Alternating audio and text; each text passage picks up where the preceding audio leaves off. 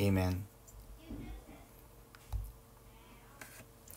Um, Now, mga kapatid, let's start with verse in Numbers 32.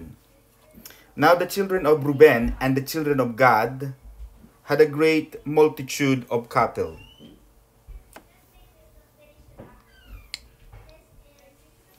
Yun yung mga kapatid, alam nyo minsan yung dami ng pera, yung dami ng yung kayamanan, minsan hindi rin yan blessings ha.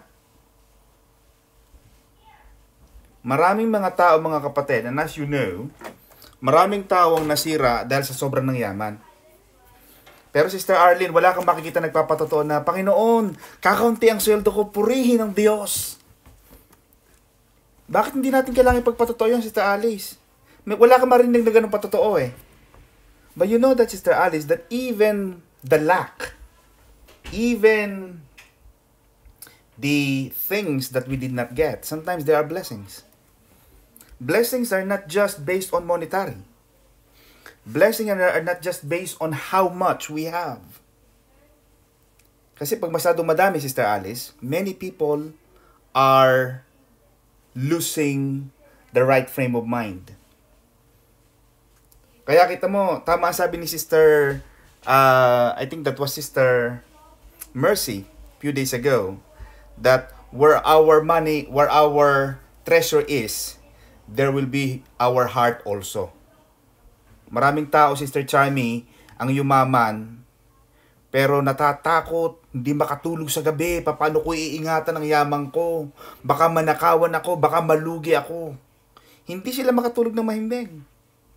Kaya mahirap yung masyadong mayaman, Sister Charmy. Amen? Tama na yung tama na yung ito. Maganda na rin yung simple ang buhay. Amen mga kapatid, hindi naman natin sinasabing huwag tayo mangarap at siyempre dumarating talaga yon. Pero kung anong meron lang, ngayon, matuto tayo magpasalamat sa Diyos.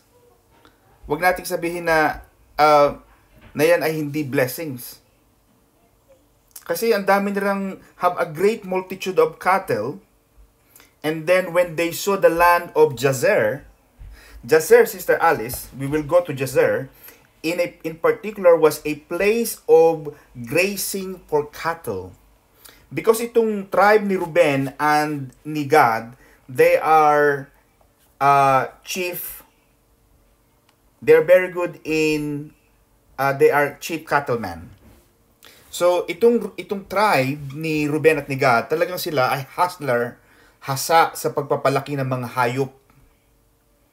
Talagang yun ang expertise nila. Kaya nung makita nila yung Jazer, ay, akin to. Amen? Magandang kuhanin natin to. Now mga kapatid, and I heard what you have all said. I've heard Sister Marivic said something and Brother Matt said something. But let me just clarify on something because I was making notes in my own. Let me just clarify on that. Itong mga anak ni Reuben at mga anak ni Gad ay mayroong napakaraming hayop. At nang makita nila ang lupain ng Jazer at lupain ng Galaad, narito ang dako ay minagaling nilang dako sa hayop. Now mga kapatid, I don't know if you can see me. I would like to teach you this because I'm sure this will help you. I'm sure this will, I think I'm very strong about this. That you will be blessed about this, Sister Chami. You see, we need to understand, Sister Alice, that we need to multiply success. May mga magulang na ang yaman-yaman. Yumaman. Marami taong ganoon. Si Sister May, meron siyang pinsan na ang mga magulang ay doktor sa Bicol. But because, Sister Alice, hindi nila naalagaan, Sister Edna, ang kayamanan, kasi, Brother Matt, success, wealth is not guaranteed. Just because mayaman ang magulang mo, just doesn't mean mayaman din ang anak. Amen? But the good thing about, I really find Reuben and Gad, They have the tenacity. They have this kind of vision on how to maintain, on how to sustain their livestock. Sister May, can you silent your phone, please? Nasa kabilang room si Sister May. Parang magkalayo kami ng bahay. Sister May, we're in the same house, okay? Thank you, Sister May. Sorry, baby. Nag-prepare akong dinner ni Jewel. Okay. But because I can hear the voice, my voice. I'm like speaking with another second voice. Okay? But the good thing about God, Sister Edna and Ruben, they had the audacity. You know, audacity, it means the passion and the courage to speak to someone na akin to. You see, mga kapatid, if you have whenever I go to court, the first thing I will say to the judge, I would like you to allow my appeal. That's the first thing, Sister Alice. I would like you to allow my appeal. That's the first word a good lawyer will say. Sa una palang tirada, iparamdam mo na kagad sa judge, I want you to allow this appeal. And many people, some Filipinos, they don't have that. Maraming Pilipino mahiyain. Maraming Pilipino takot. Duwag. Mahina ang kalooban sa pagsasalita ng mga bagay na gusto nila sa buhay. But this Ruben and God, they are very strong. Kasi nakita nila eh. Nakita nila ang jazer is a good for their livestock. Why not? Yun ang maganda dun, kapatid eh. You have to multiply success. You see, not just having wealth, but they have knowledge. Ang ganda ng ginawa nila eh. Kasi Sister Edna, for you to excel, for you to have so much wealth in life, it's not enough, Sister Lorraine, for you to be wealthy.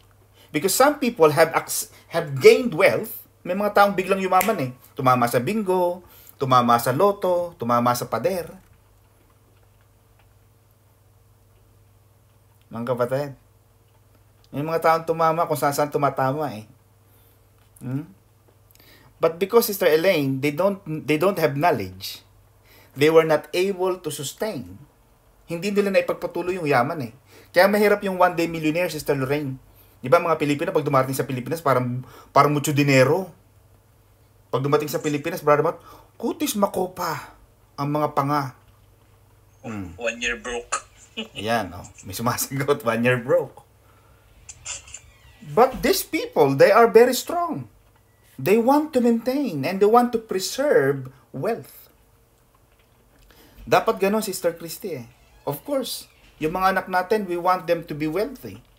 But unless they copy, unless they have the passion the same as us, hindi nila may pagpapatuloy. Kaya hahangaan mo sa Pilipinas, mga kapatid. Tingnan mo ang mga bloodline ng mga Ayala. Pag tinignan mo ang bloodline nila from the early Augusto Subel, from the 1800s, pag nakita mo yan, binasa ko yan sa Wikipedia eh. The first bank they had is Banco Isabel. The bank. And after thousands of years, Sister Elaine, they maintain.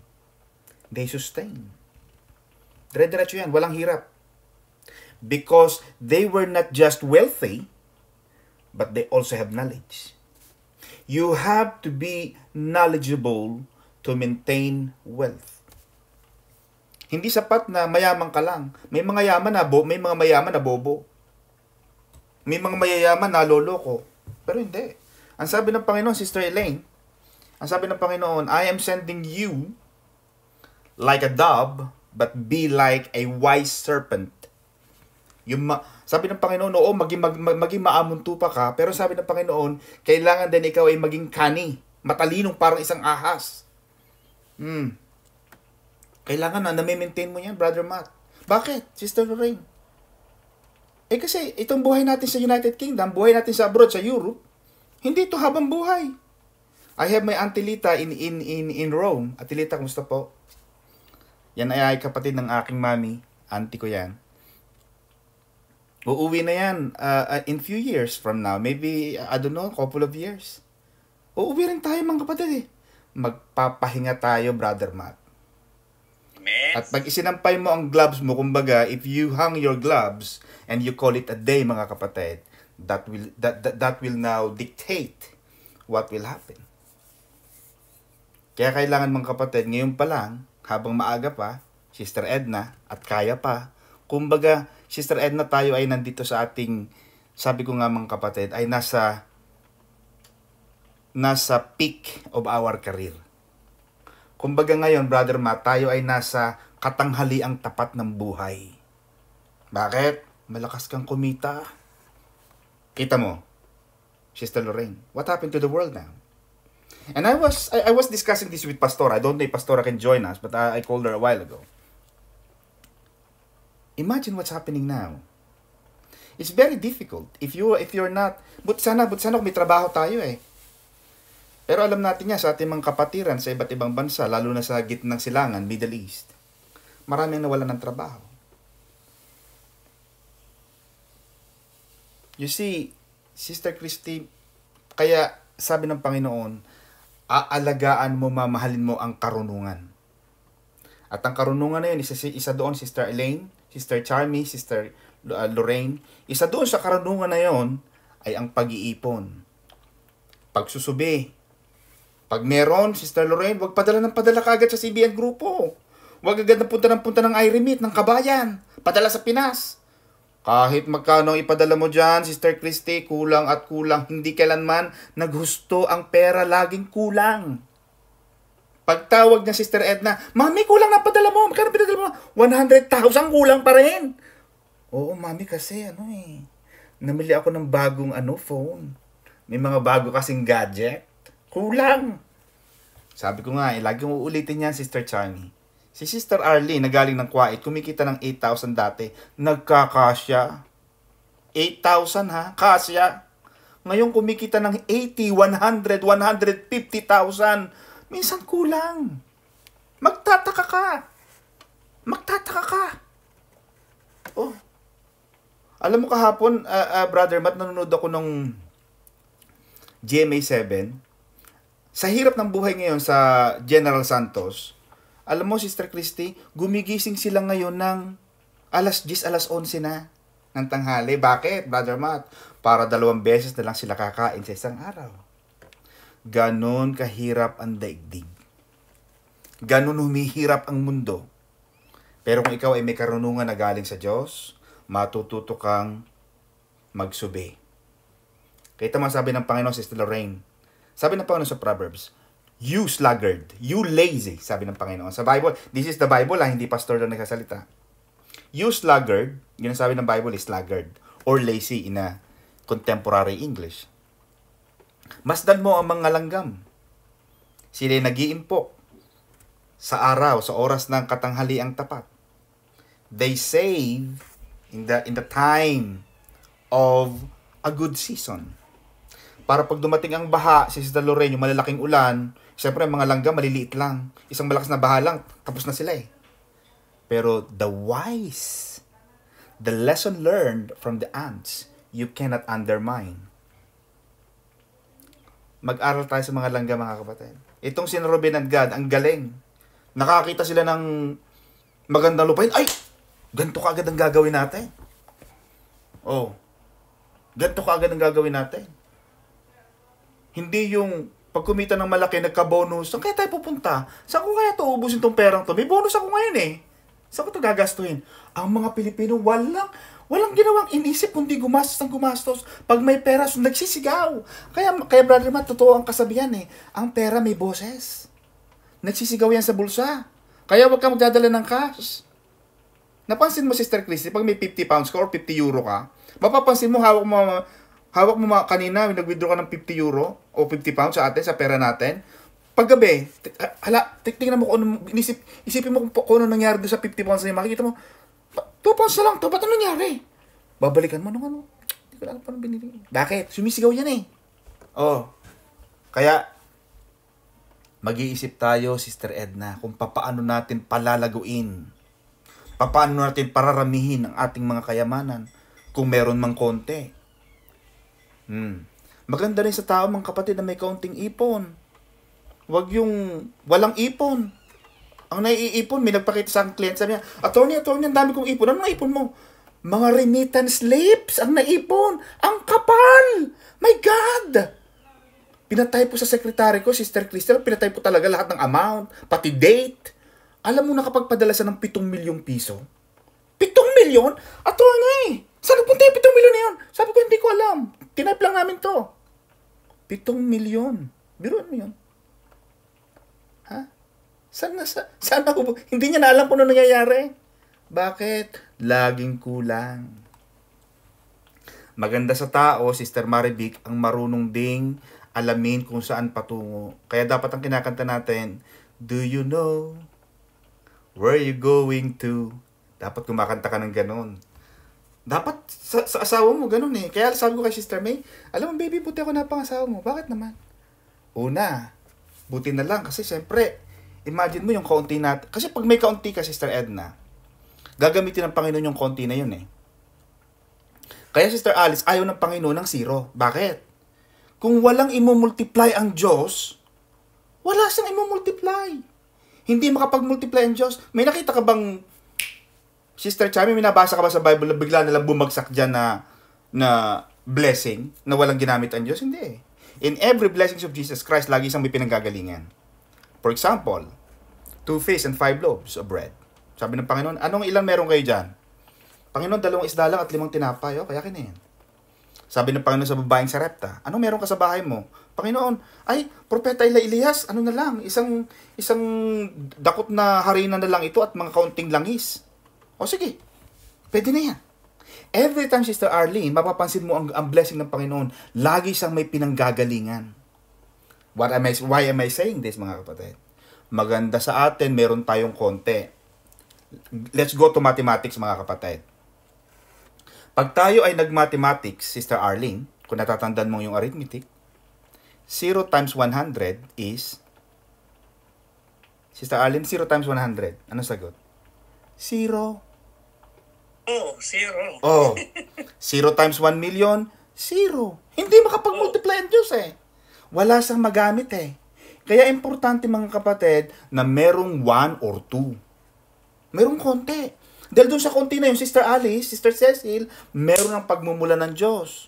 Kailangan din mga kapatid, meron tayong participation sa blessing ng Lord. May mga Kristiyano kasi, Sister Elaine, na ginagamit ito eh. Ay hindi, ang plano ng Panginoon, Jeremiah 29:11. For I know the plans I have for you. Plans to prosper you and not to harm you. Plans to give you have a better future. Maraming Kristiyano ganon. Daming gumagamit na born again nun.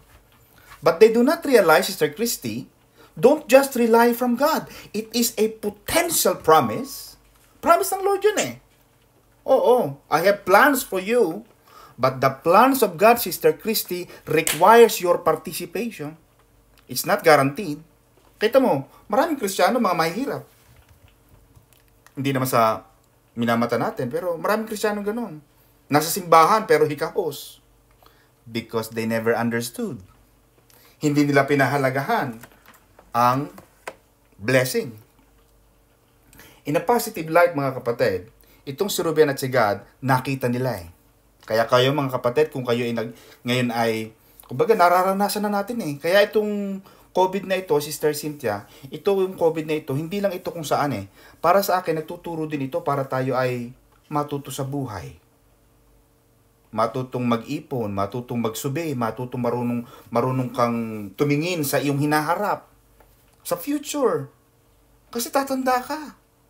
Yung mga kapatid natin sa pananampalataya, mga kapatid sa inyo, kung ang employer ninyo mga kapatid ay hindi nagbabayad ng buwis, ng tax, ay anong pepensyonin ninyo? Pag tumanda kayo, Sister Christy, nagra-rocking chair ka, ang pinakamasarap sa rocking chair, Miss Christy Gatus, the $2,000 has been deposited into your account. $1,000 will be coming in the next few days. Kung meron kang $3,000 a month na pension, ay yun ang kasabihan, Sister Edna, para kang nakasandal sa pader. Di ba, brother ba? May mga Pilipino, naku, sabi ko, bakit hindi ka nagbabayad ng tax? Kasi po yung employer ko, cash on hand. Ang kalahati po, cash on hand. Yung ano lang po, kaunti lang po ang pinapasok sa bangko. Ay, okay yun. Pero, Pagtanda mo, wala ka makukuha. Kasi puro ka cash on hand. Kaya ang nangyayari, yung cash na yun, Sister Edna, nasa cash on hand na rin sa Pilipinas. At yung mga nasa Pilipinas, mayat maya nasa Jollibee, mayat maya may binibiling mga kung ano-ano mga koloret sa mukha. Kaya pag sumundo sa airport, Sister Edna, hindi mo na alam kung sinong galing London. Bakit? Yung mga mukha nila, ang gaganda. Kutis makopa, talagang banat na banat. Yung mga galing London, galing Europe, parang kutis, champuy, kutis, mga pasas, tuyong-tuyo. Yung mga buhok, parang alambre. Samantalang yung galing Pilipinas, rebound na rebound, relax na relax. Yung mga galing sa Europe, hindi relax. Parang mga kurduroy ang mga ano, anong nangyari yun, te? Kasi walang ginawa sa sa abroad kundi magtrabaho. Maging marunong din tayo sa buhay, mga kapatid. Tandaan mo, Sister Lorraine, tatanda ka. Ano ang sabi ng kanta? Tatanda at lilipas din ako. Lilipas din. Yung lakas natin, Sister Charmy, lilipas ito. Hindi ito panghabang buhay. Kaya, ngayon pa lang, itong kay God na ito, maganda ito eh. Nakita nila yung Jazer eh. Particular place of grazing for cattle and made the cattle desire without waiting to see what was the other side of Jordan. Of course, meron tayo ibang paliwanag dyan na pwede natin sabihin na parang tinatanggihan nila yung promised land. But we are dealing with the verse on each chapter at maaaring nagtuturo din ito sa atin ng ibang lesson. Maaaring nga na, mas maganda ang plano ng Lord. Pero I learned in my master's, Brother Matt, in Ateneo. Sa mga bargain, sa mga dealing, Sister Charmy, sa mga negotiations, always, I was taught, this is the teaching, hindi ko sinasabing i-practice nyo ito. Pero naturuan kami doon that the art of negotiation, always accept the first offer. The first offer. Bakit? May mga tao pili ng pili. Pili ng pili, ang napili ay bungi. Diba? May mga taong ganoon mapili. Parang sa Pilipinas, maraming dumating na mga vaccine. May mga Pilipino, magpapaturo ko kayo. Naku, natatakot ako. Anong sabi ni Arnold Clavio? Choosy pa mga Pinoy, choosy. Tuturo ka na nga lang, choosy pa. Ano ba naman kayo? Sabi ko, tuturo ka na nga lang kayo, wala na kayo ibabayad. Kayo pa ang choosy? Ang bakit choosy pa kayo? Pero pupunta ng Divisoria, mamimili sa mga baklaran, mga walang karunungan. Kaya, Sister Arlene, mahalaga ang karunungan. Araw-araw mag-aral tayo sa lahat ng bagay. Mag-aral tayo. Humihingi ng karunungan sa Diyos. Amen, mga kapatid. Kaya itong ginawa ni Ruben and God without waiting to see what was on the other side of the Jordan. Of course, they know it's a promised land. And Sister Arlene, we know that a promise is not a walk in the park. You will remember that Ruben and God has been walking for the last 38 years. 38 taon na sila naglalakad in this verse eh. Hindi naman nila alam kung kailan matatapos yan eh. Alam ba natin kung kailan matatapos ang problema natin? Alam ba ni Sister Arlene na on the 10th year of her stay in the United Kingdom, the Lord will change her life? No, we don't know. Kaya ang sabi mga kapatid sa ating mga Kristiyano, we walk by faith and not by sight. Itong si Ruben and God na ito, naging practical na rin lang sila eh. Naging practical sila sa buhay. Kasi sa haba na ng kanilang dinaanan, ay nakakita sila ng maganda, hindi masama, mga kapatid, na yan ay iyong ipanalangin at ipagpaalam mo sa mas mga may kapangyarihan like Moses in this particular occasion. Hindi masama yon. Hindi masamang mangarap. Sample nga, sabi ko nga sa inyo, may kaunti kayong naipon mga kapatid, dire-diretso lang. Mag-ipon kayo ng mag-ipon. Huwag yung gastos ng gastos, lalo na ngayon. Kung kailangan kumain kayo ng 2 beses ang araw, 2 beses lang para makaipon. Para mapagkasya ang mga bagay, Sister Charmy. Tama ang kasabihan natin, Sister Charmy. Ang sabi ng matatanda, habang maikli ang kumot, matutong namamaluktot. Ang kumot mo, 1 square meter lang o 1 pulgada lang. Abay, dyan ang babaluktutin mo. Huwag kang utang ng utang. Amen, mga kapatid, para lang, ay, gusto ko na mas malaking kumot, mangungutang ako. Malit lang ang kumot mo eh. Yan lang ang meron ka eh. Di yan tayo magkakasya. Ganun, mga kapatid. Huwag tayong mahirati dun sa, okay lang mangutang, Brother Johnny, kung talagang it's a matter of life and death. O talagang kailangan. Pero yung mga tipong hahada lang, mag-holiday lang, magpipiknik lang, mangungutang, huwag natin gawin yun, mga kapatid. Amen? Ano pa, mga kapatid, magpatuloy tayo. So, Jazer is a place of grazing for cattle. Maganda yung Jazer eh. Amen? But this was out of the line with the promises to Abraham. Tama sabi ni Sister Maribig in this context na you are rejecting now the promises of God. Na parang inunahan mo naman ang Diyos. Na ang sabi ng Panginoon may promise land, tapos mas gusto mo na puntahan ng Jazer, ayaw mo na puntahan ng Kanaan. Ibig sabihin, mas nangunguna ka sa Diyos. At titingnan din natin, babalansehin din natin, ito bang ating pinipili ay talagang para sa Diyos o hindi. So it's a balancing act, mga kapatid. In every decision, mga kapatid, there's always a risk. Yun ang problema ng decision making eh. Kaya mahirap magkamali sa desisyon, and we will tackle on that later on after a few verse. Now, mga kapatid, ang sinasabi dito, no doubt they would have gone on to Canaan. Itong si Ruben and Gad sana, walang problemang tumuloy eh. But the problem with this, Brother Noel, was that the king of Sihon, yung hari ng Sihon, hindi sila pinayagang pumasok. Kaya anong nangyari, sa halip na dire-diretso sila, pero dito may haring ayaw papasukin, kailangan nila maglakbay ng malayong-malayo. And because of that, pagod na si Ruben at si Gad. Sabi nila, I think I'm okay with this. I will settle for this. Kung nakapanood na kayo, Sister Elaine, ng Deal or No Deal, yeah? Yung Deal or No Deal, Sister Chami, yun yung may isang box. Yeah? I think si Noel yon, yung pangalan artista yon. Meron siyang ibibigay na box, yeah? Deal or no deal. Sabi ni Noel, sabi niya, okay, itong box na to, it's either they have 500,000 pounds, or, pag pinili mo tong isang to, either sa dalawang to, 0 o itlog. Or, o kaya 25,000 euro, for example.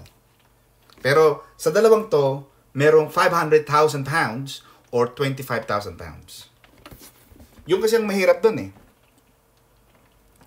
The problem with this, mga kapatid, is that hindi pinapasok ng hari ng Sihon ang mga Israelita, and therefore, nagkaroon ng gera, nagkaroon ng labanan. Kailangan ipaglaban mga kapatid ni Moises, kailangan labanan ng mga Israelita ang hari ng Sihon para makapasok sila sa Canaan's land. And mga kapatid, that is one of the topic na gusto kong talakayin din natin. In every good endeavors in life, mga kapatid, there will always be something or someone to stop you. Sa lahat ng mga desisyones mo sa buhay, mga kapatid, anything na magaganda, especially sa magaganda. Yeah? Uy, sis, may bago akong boyfriend. May papa akong bago. Naku, wag yan. Bading yan. Walang-wala ng mga single sa UK. Either bading yan o may asawa sa Pinas. Eh, bakit si Sister Arlie nakakita siya ng single? Nakakita siya ng mabait, may kotse. Kaya pag nakikita ko, Brother Gal, si Sister Arlie nakakotse, talagang, ito, because hindi totoo yun eh. May mga pagkakataon, mga kapatid, na hindi totoo lahat ang naririnig natin.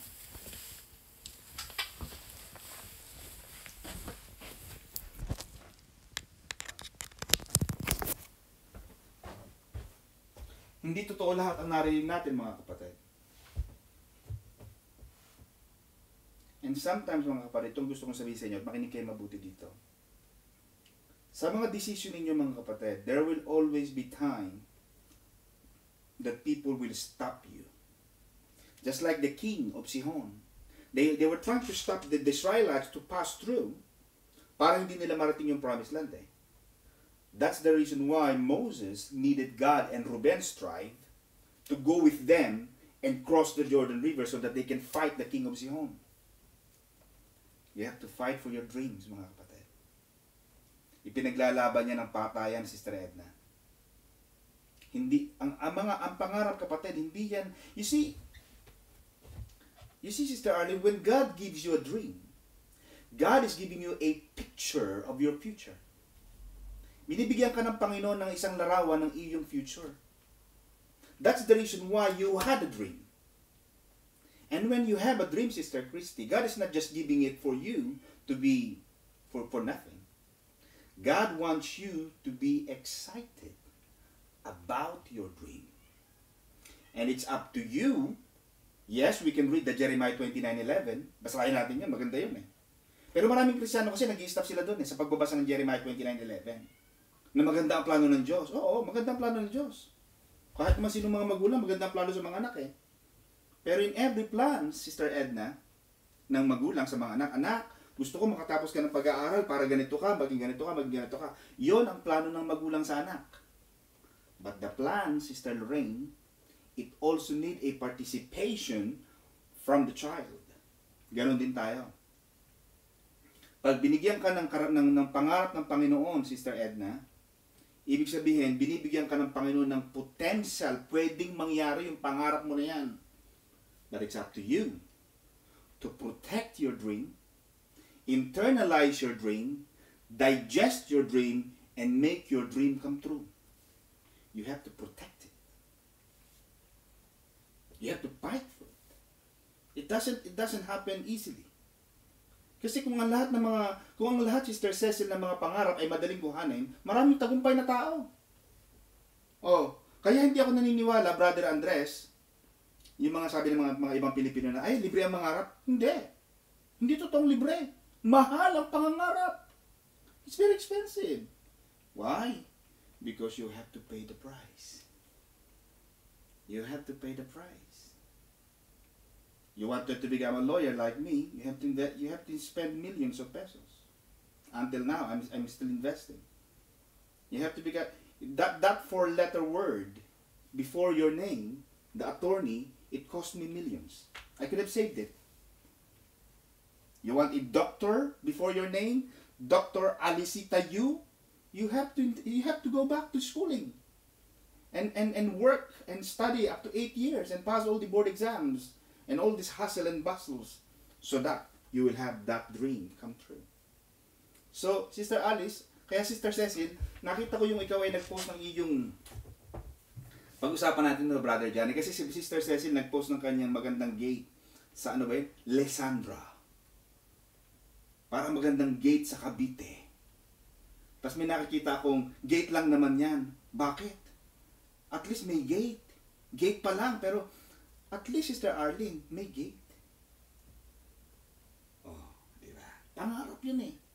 Pero yung pangarap na yun, Sister Cecil, it comes with a great price. It has a tag price. Amen, mga kapatid.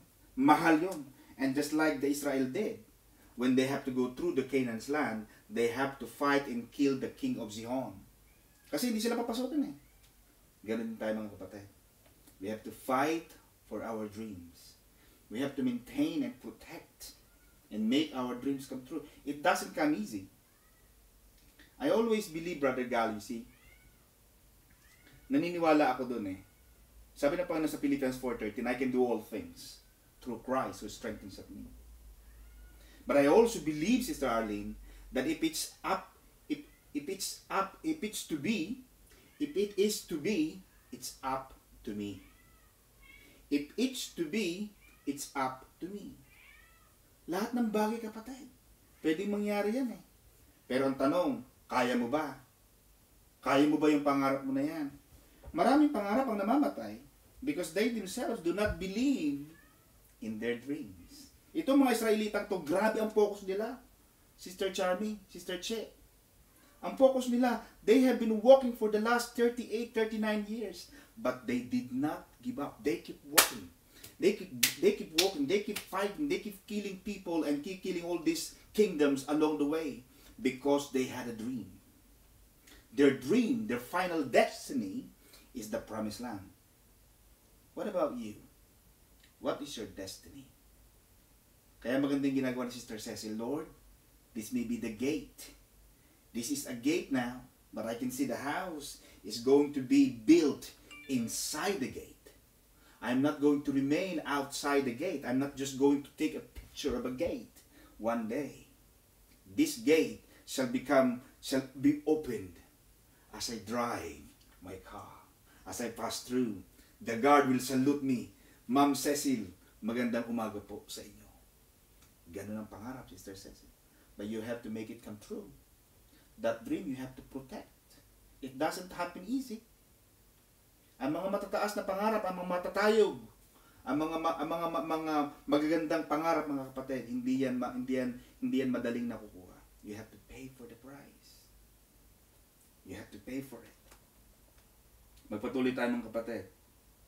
So when he was destroyed naturally, the Israelites took over the land.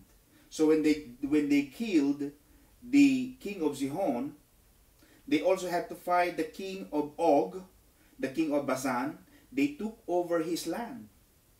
The original promised land was from the Euphrates to the river of Egypt. Yun ang original promised land eh.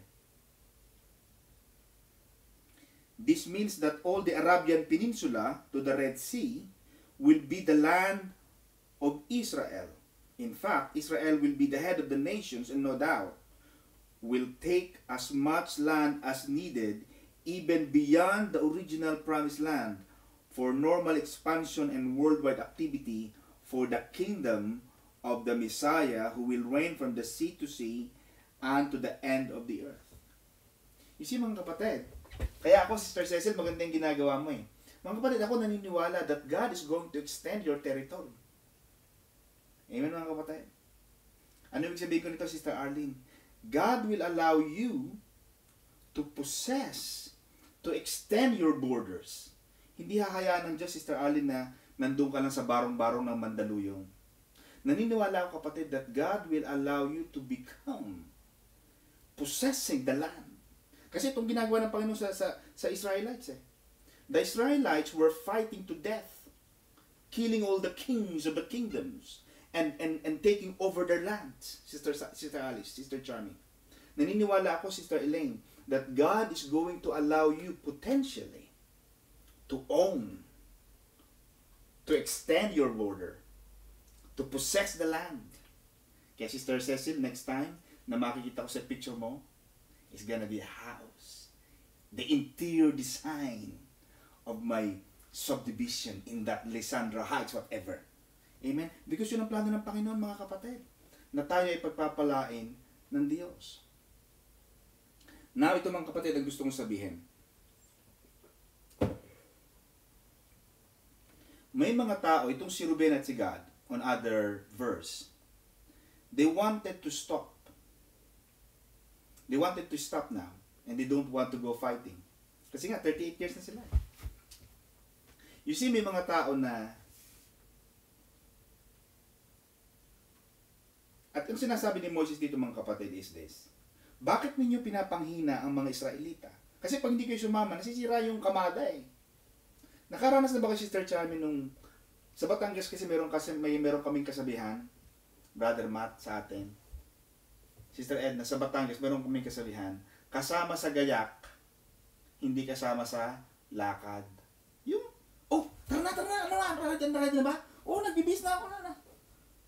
Diyos ko, paglalabas na, aalis na, nasaan na siya no? Naku, ayaw daw sumama, naku, nakakainis. Na, alam niyo, pag hindi sumama yung isa, nakakawala ng gana, Brother Matt. Di ba? Eh kasi lahat tayo masaya eh. At may mga tao talagang ganun, mga killjoy. Naku, ayaw ko namang killjoy. Sa totoo mga KJ, ayaw ko yung ganyan. Gusto ko pagkasama lahat, Sister Charmy. Kasi sumama ka, kasama ka eh. Bakit hindi ka sasama ngayon? Nang KJ, ayaw, gusto lagi, gusto lagi inaamo, halika na. Itong ginawa to si Ruben Gad, tsaka si Ruben at tsaka si Gad, ayaw sumama sa gera. Kaya sabi ni Moises, bakit mo pinapanghina ang mga Israelita? Sabi ng Panginoon. Paroroon ba ang inyong mga kapatid sa pakikipagbaka o pakikipaggera, tapos mauupo kayo rito? Yun ang sabi ni Moises. Ano kayo? Kami lang ang lalaban. Maraming ganun eh. Maraming mga Pilipinong ganun, mga kapatid. Tamad. Ang magkatrabaho na lang, isa si ate na lang o si kuya na lang. Kaya marami sa Pilipinas naghihintay na lang ng padala. Hindi na nagtatrabaho. Pero sa kita at sa pagkain, yung nga kasabi ni Pastora, aba, mga kapatid, kasama kayo sa pagkain. Nabi dapat, sama-sama tayo maghuhugas na to. Hindi lang yung kasama kayo sa pagkain, tapos pag maghuhugas na ng pinggan, Sister Elaine, isa-isa nung tatayo, unahan ng pagtayo. Ay una na ako para hindi maghugas. Pero sa pagkain, sama-sama, sabay-sabay. Hindi pwede. Amen, mga kapatid. Sister Elaine, nung pinakasalan mo si Brother Ben Cruz, ang sabi sa iyo sa registrar office, Miss Elaine, mamahalin mo ba itong lalaking itong si Ben Cruz ng habang buhay sa hirap at ginawa? Hirap at ginawa. Yan. Ang pagsasama, kapatid, ang pagkakapatiran, hindi lang sa sarap, Sister Arlene. Kasama ka sa ginawa, dapat sa hirap, kasama ka din. Kaya nakarinig sila ng review kay Moises. Ano kayo? Lalaban kami, makikipagpatayan kami doon, tapos kayo, nandyan lang kayo, nanonood lang kayo, nung nagpi-Facebook kayo. Tumigil kayo, ha? Hindi pwede. Kailangan sama-sama tayo doon. Amen, mga kapatid. May mga taong ganoon eh. Ayaw makaranas ng hirap. Kaya, mga kapatid, ang lahat ng relationship commitment yan. Commitment ang pagpapakasal. Kaya mahirap. Pag hindi ka sigurado, Sister Arlene, pag-isipan mo muna. Kaya tamang sabi ng pastor, Arlene, sino man sa inyo tumututol, baka mamaya nabibigla ka lang. Hindi madali magpakasal. Madaling pumirma ng marriage contract, but the hardest thing is to file an annulment. Milyon ang uubusin mo. Taon ang uubusin mo bago ka makapag-annulled. Kaya the Philippines is the only country in the whole planet that doesn't accept divorce. Kasi pinapahalagahan natin. May mga Pilipino, attorney, nagpunta na ako kay barangay captain, kay kapitan. Nagpirmahan na kami ng asawa ko. Ayaw ko na sa kanya. Ano ito? Anong kala nyo sa pagpapakasal? Barangay lang? Hindi. Naka-register ito sa National Statistics Office. Nasa Philippine Statistics Authority. Nasa Civil Registrar na kayo ay kasal. Ganon din sa commitment. Kailangan, mga kapatid, kasama lagi tayo sa bakbakan. Amen? Hindi lang tayo kasama sa sarap. Sa ating church, ay, ang sarap ng pagkain. May Sharon pa. Sister Arlene. Pero pagdating mo sa kitchen, parang dadalawang nasa kitchen. Si Brother Johnny lang at si Sister Arlene at si Sister Arlene lang nasa kitchen. Nasaan yung mga iba nag-Sharon dyan? Naku, pastor, nagmamadaling umuwi. Pero sa Sharon, naku, pastor, okay lang ba naku, sa paghuhugas, wala. Di ba, mga kapatid? Naku, ito, mga kapatid, ay hindi naman patama. Kaya lang, sabi nga ng matatanda, bato-bato sa langit, ang tamaan ay huwag magagalit. Amen. Ito, mga kapatid, ay mga, mga explanation para mas maintindihan nyo ng maayos. Now, mga kapatid, in chapter 9, may sinasabi dito, mga kapatid. Ganyan ang ginawa ng inyong mga magulang nang sila'y aking suguin mula sa Kades Barnea upang tiktikan ang lupain. Sapagkat nang sila ay makasampa sa libis ng Eskol at matiktikan ang lupain, ay kanilang pinapanghina ang loob ng mga anak ni Israel upang huwag pumasok sa lupain na ibinigay ng Panginoon sa kanila. And that is verse 8. Kasi, mga kapatid, the Jordan, the land east of Jordan had now been conquered. Natalo na nila ang Jordan and was ready for settlement. The tribes of Reuben and Gad, being the chief cattleman of Israel, requested this as inheritance. Gusto na nilang kuhanin yung kanilang mana. Kaya lang, hindi sila pinayagan ni Moises. Na mga kapatid, going to the verse 8, ito rin ang ginawa ng inyong mga ama, ng inyong mga magulang. You see mga kapatid, mapapansin mo, and I think napag-aralan natin ito in the last session, last Bible study. Bakit nagalit si Moises doon sa kanyang mga kawal? Bakit hindi niyo pinatay lahat ng tao? Bakit hindi niyo pinatay lahat yung mga batang lalaki, yung mga babaeng nasipingan na? Bakit hindi niyo pinatay? Bakit, Sister Arlene? Because you see, weakness, mga kapatid, yung kahinaan, it propagates. Weakness propagates. Weakness thrive and can be passed on. Yung kahinaan kasi kapatid ay pwedeng ipasa. Yung galit, pwedeng ipasa yan. Yung kahinaan, look at what Moses was saying. Ganyan din ang ginawa ng magulang mo eh. Pinadala ko sila sa lupang pangako para tiktikan, tingnan kung okay ba o hindi. Nung bumalik, ang dala negative report pa. At may mga ibang nagsasabi pa, in some translation, ang tawag sa report ng mga espiya na yon, Brother Andres, Devil's Report, ang tawag ng ibang translation. Now, Moses was now making this kind of reinforcement, telling Reuben and Gad, I would like to remind you, ganyan din ang ginawa ng mga magulang ninyo. At sa galit ng Diyos, sinumpa ng Diyos ang mga tao. Kaya nagkaroon ng patayan doon eh, from 20 years above, tatandaan mo, Sister Ali, yung mga previous chapters natin, nagkaroon ng patayan from 20 years above, pinatay ng Panginoon lahat. Bakit? Para walang matira. Para masupil ang kahinaan. Kaya mapapansin mo mga kapatid, in the pack of the lions, pag nabasa mo yung The Lion's Kingdom, pinapatay lagi dyan mga kapatid ang mga mahihinang leon. Bakit? In the lion's pack, o sa wolves, mga asong lobo, pinapatay lagi dyan, Sister Arlene, yung mga mahihina. They maintain the integrity of the lions. They maintain the integrity of the wolves. Kasi wolves are attacker eh. Hindi mo sila pwedeng, no. They were born to attack. At pag hindi mo pinatay ang mahihina, dadami ang mahihina. Manganganak yan ng kahinaan. Kaya ang Panginoon, pinapatay niya. Para hindi siya manganak. Because it breeds. Weakness can breed. Yung hina ng loob, kaya mga kapatid sa mga magulang, huwag niyo ipapakita sa mga anak niyo na mahina kayo. Bakit? Pag pinakita, kaya maraming magulang hindi nagpapakita na umiyak, di ba? Papansin mo, yung mga nanay hindi nagpapakita ng umiyak sa mga anak. Bakit? Ayaw nila na makita ng mga anak nila na sila ay lumuluha. Because crying, sometimes it connotes, yes, Sister Maribig, okay ako dito. Naririnig ko ang sarili ko, of course. At Sister Maribig, don't worry, naka-record ako. Pwede kong i-forward sa inyo. Mga kapatid, kung hindi nyo ako narinig nyo ba ako, mga kapatid? Sister Cecil, you can hear me? Okay. Yung kahinaan, kapatid, last 10 minutes. Yung kahinaan, Sister Cecil, pinapapatay ng Diyos yun. Para hindi siya nagbi-breed. Yung breeding, di ba, may mga breeder, para hindi ka nagbi-breed. Kasi nanganganak eh.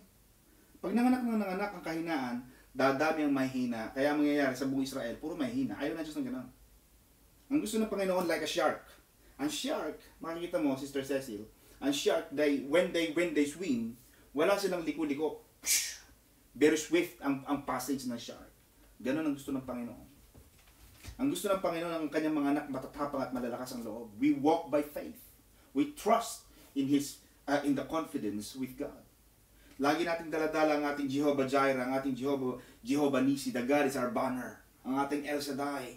Panginoon, we will fight, we will go, and we will trust you. Yan ang gusto ng Panginoon. Kaya ayaw ng Panginoon ng mga mahihina. Ayaw ng Panginoon ng mga, kaya itong ginawa nitong sina Kades, yung fathers nitong sina Reuben at saka si Gad, mahihina. Ganyan din ang ginawa ninyo, ganyan ang ginawa ng mga ninuno ninyo. Tapos ang ginawa pa nila, Sister Cecil, itong mga ninuno nitong si Ruben at saka si Gad, yung mga nuno, yung mga lolo't lola siguro, pinapanghina ang mga Israelita. Ayaw ng Diyos ng gano'n. Ayaw ng Diyos, mga kapatid, na ikaw ay carrier of a bad news. Oy, nako, mako-COVID na, magmamatay na lahat ng tao. Mamili na tayo ng mga pagkain ngayon. Magugunaw na ang daigdig. Ayaw ng Diyos ng gano'n. Amen, mga kapatid. Ang gusto ng Panginoon, Brother Gar, we are a bringer of the good news. Kaya ang tawag sa Bible, Sister Cecil, good news. Yan ang ano ng Panginoon. Ang gusto ng Panginoon, daladala mo lagi ang magandang balita. Kaya ang Biblia, magandang balita. Ang gospel, magandang balita eh. Hindi sinabi na masamang balita. Pag nagdala ka ng balita, Sister Cecil, ay, Cecil, wala na akong trabaho. May maganda akong balita sa'yo. May ginagawa ang Diyos na mabuting bagay. Buhay ka pa. Habang may buhay, may pag-asa. Naku, Cecil, maghiwalay na yata kami ng asawa ko. May magandang balita ako sa'yo. Babaguhin ng Diyos ang asawa mo. May magandang bagay na mangyayari sa'yo. Ay, naku, Elaine, namatay na yung aking employer. May magandang balita ako sa'yo. Magbibigay ang Panginoon sa'yo ng bagong employer. Mas malaki ang sweldo. Ganun. Ayaw ng Panginoon na bringer ka ng bad news. Bagamat hindi rin mapangit din naman yung nagsasabi ka ng kasinungalingan. Ayaw din ng Diyos ng ganun. Pero ayaw ng Diyos na yung ating mga salita ay nagpapahina. I think it was in the preaching of Pastor Madeline in Qatar na ang kanilang teaching noon, I think that was few days ago, is about a Christian has to be a resource of a salt. We are a salt of the world. Tayo mga kapatid ay asin ng sanlibutan. Yung ating mga pananalita ay kailangan panggalingan ng lakas, ng pag-asa ng mga taong nakakarinig. Hindi pwedeng mahihina ang kalooban. Hindi pwedeng laging negative report. Oh. Huwag mong papanghinain. Ay, oo nga, magugunaw na nga ang daigdig. Actually, ganito na nga eh. No. Habang may buhay, may pag-asa. Tama yung sabi ni Sister Cecil sa kanyang Facebook. Sister Elaine. Alam mo, Sister Cecil, magandang Facebook, sabi niya, the first blessing of the Lord, Sister Christy, in a day, is God has woken you up. Yung ginising ka ng Diyos, Sister Alice, ay magalang blessing na yun. Si Brother Andres, yung ginising ka ng Panginoon, bukas, ginising ka ng Lord, salamat sa Diyos, ginising ako ng Lord. Bakit? Maraming hindi na nagising. Marami nang natulog, diretso na. The fact na ginigising tayo ng Diyos, that's a first blessing. Ibig sabihin, Brother Johnny, may plano pa ang Diyos. Hindi pa tapos ang laban. Amen, mga kapatid. Kaya ayaw ng Diyos na tayo nagdadala ng mga negative report. Na, mga kapatid, my final one is in verse 11. In verse 11, ang sabi rito, tunay na walang taong lumabas sa Ehipto, mula sa 20 taong gulang na patanda ay makakakita ng lupain na aking isinumpa kay Abraham, kay Isaac at kay Jacob, sapagkat sila ay hindi lubos na sumunod sa akin. Very quickly, mga kapatid. Sa verse na yun, Sister Arlene, sinabi ng Panginoon, hindi sila makakapasok sa promised land. Bakit? Hindi sumunod eh. Hindi yung sumuway sila sa akin. The Bible says like this, hindi sila lubos na sumunod. Nakukuha mo yung point niya, Sister Arlene. Yung lubos, hindi talaga sumunod lahat. Sumunod, pero 50-50, 50%, 60%. Kaya tama sabi yung teaching ni Pastor Madeline last time. I think I heard it. Tama yung kasabihan eh. Partial disobedience is disobedience from God. Partial disobedience is disobedience. Amen. Yung 99.9 truth is not the whole truth. Because may 1% kang tinry. Pero makikita mo nito, Sister Elena, pinatay ng Panginoon yung mga 20 years old above. Bakit? Hindi sumuway sila, pero ang sinasabi ng Bible is, hindi sila lubos na sumunod. Ibig sabihin, hindi sila sumunod na diretso. meron silang kulang. Nagbibigay ng ganito, pero ang binibigay, 9%. Sabi ng Panginoon sa Malaki 3:10. Naging mo 9.5. Hindi. Kulang. Hindi ko sumusunod. Kasi 10% ang sabi ng Lord eh. God is always particular in the full obedience. Now, ito gusto kong iwanan sa mga kapatid. Makinig kayo mabuti. Tapos na ako. The reason being, Sister Cecil, na pinapatay ng Panginoon yung mga 20 years above, yung lahat ng 20 years above, lahat ng mga taong 20 taon pataas para walang makapasok. Pero do you think, Sister Cecil, lahat ng yun, nabilang ng Panginoon, lahat ng yun, yung 20 years na yun, 20 years above na yun, lahat ng yun, hindi sumunod yun? Nagkaroon ba ng census na, o ikaw hindi ka sumunod, dito ka, patayin kita? Hindi. Yung pagpapatay ng Panginoon, Sister Alice, ano yun eh? Across the board. Walang pangalan. Nagbase lang yung pagpatay, yung pagputol ng buhay sa edad. Anong gusto kong sabihin mga kapatid? Dahil sa ginawa ng mga taong yon, ang galit ng Panginoon ay nagningas ng araw na yun at sumumpa na sinasabi, yung mga lolo at lola ni Ruben at saka ni Gad, yung desisyon nila, Sister Cecil, nakaapekto sa maraming tao. Na mga kapatid, listen to this. Yung decision mo ngayon, Sister Arlene, the decisions that you make now will affect your future generations. Your now is your seed for the next. Your today is the fruit of your decision you made yesterday. So, your tomorrow, Sister Charmy, your tomorrow, yung bukas mo ay manggagaling sa decision mo ngayon, Sister Mercy. So be careful of what you make a decision on. Kailangan tama. Kailangan kakampi mo ang langit sa mga desisyon. At saka mga kapatid, ito sasabihin ko sa inyo. At ito mga kapatid ay maaaring mabigat pa para sa inyo. Tama itong ginagawa ni Gan Ruben at saka ni Gad. Nagtatanong sila sa marurunong eh. Amen. Nagtatanong sila sa mga, nagpapaalam sila. Amen. Nagpaalam sila eh. Nagpaalam sila muna kay Moises. I have one here. Ano pa ang sabi dito mga kapatid? May isa nila ako gustong sabihin sa inyo mga kapatid.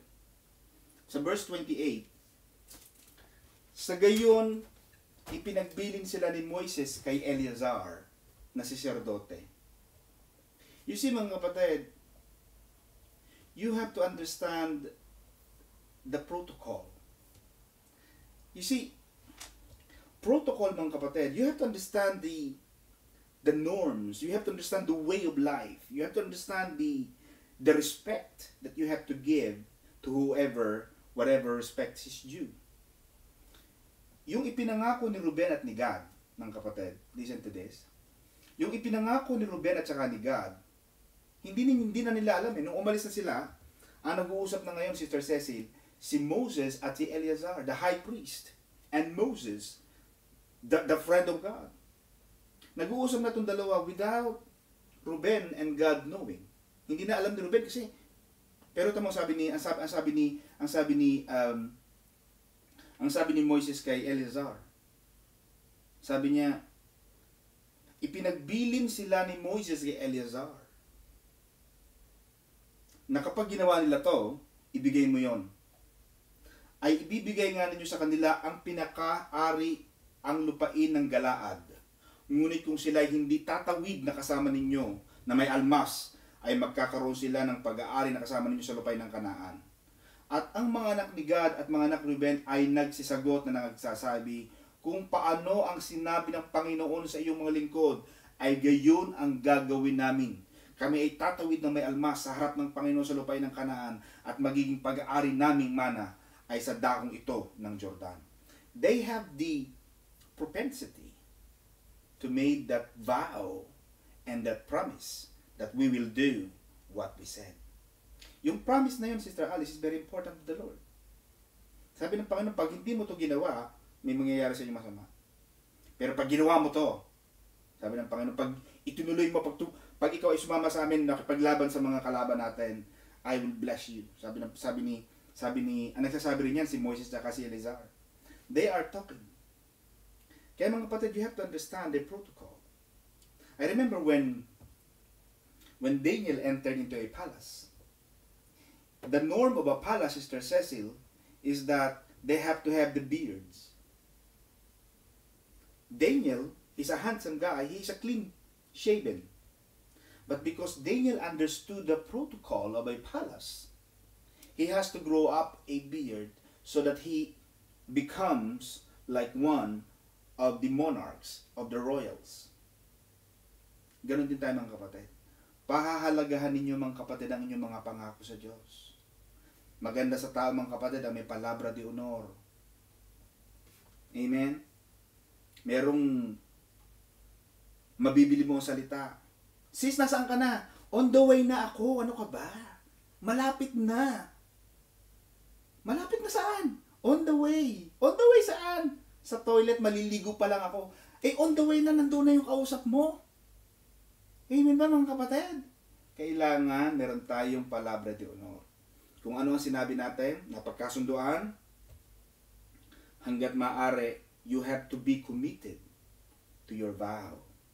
Committed sa iyong sinabi. Committed sa iyong mga pangako. Maliit man yan o malaki. Sabi, kaya huwag ka mangangako. May papangako mo ba na ganito? I wish I can. I wish I can promise you that, but I cannot. Hindi ko pwedeng ibigay ang pangako sa iyo. Baka mapahiya ako eh. Kaya kung mga kapatid, kung ikaw ay sinusukol ng mga taong mangako, no? Cecil, mangungutang ako ng 5,000 pounds, pwede ba i-garantiya mo ako? Nako, no. Bakit?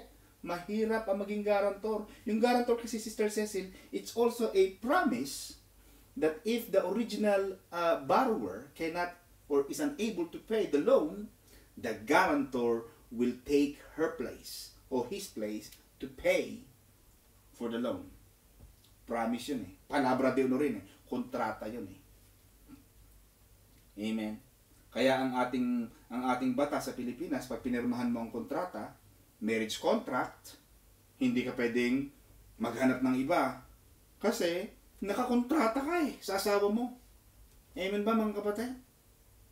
Amen? Nakakontrata si Sister Arlinda kay Brother Rodolfo. O, si Sister May nakakontrata kay Pastor Don. Hindi pwedeng kumuha ng ibang kontrata. Bakit? May pinirmahan ka, Sister May. Nakikinig ka. O, buti na lang. Hindi siya naghahanap ng ibang kontrata. Ganon din sa Panginoon, Sister Christy. Nakakontrata ka sa Panginoon. Si Ruben at si God, nakakontrata sa Diyos. Ang sabi ni Ruben at si God, susundin namin, gagawin namin ng lahat ng ipinagagawa sa amin ni Yahweh. Para itong mana namin, makuha namin. Ganon din tayo mga kapatid. Gawin natin ang lahat para malugod natin ang Diyos. At pag nalugod mo ang Diyos, Sister Cecil, sabi ng Panginoon, ask whatever you want in my name, and I will give it to you. Ibibigay kong lahat ng ayon sa iyong mga panalangin. Amen mga kapatid? Palakpakan natin ang Lord. Tayong lahat ay manalangin. Maraming salamat Panginoon sa amin pong gawain ngayon, Bible study. Lord, we thank you Lord for the wisdom and the knowledge that you have given us. Panginoon, salamat po sa buhay ni Ruben at ni God at ng mga Israelites. Panginoon, nagbigay po sila ng tunay na salamin ng aming buhay. Turuan mo kami Panginoon na matuto at patuloy na mag-aral ang iyong mga salita upang lalong lumalim ang aming pagkilala sa iyo, upang may apply namin sa aming buhay, Panginoon, ang lahat ng mga ideology, ang lahat ng mga palatuntunan ayon, Panginoon, sa iyong banal na kasulatan.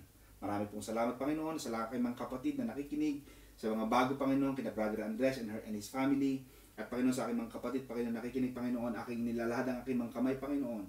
Send the blessings, the rain of blessings, the floodgates of heaven, Panginoon. I-open mo po ang mga durungawan, bintana ng langit at ibuhos sa kanila ang mga pagpapala na walang sapat na silid na kalalagyan sa kanilang buhay. In the name of Jesus. Amen. Mga kapatid, God bless po. Thank you po, Pastor Don. Thank you mga kapatid. God bless. Mga kapatid,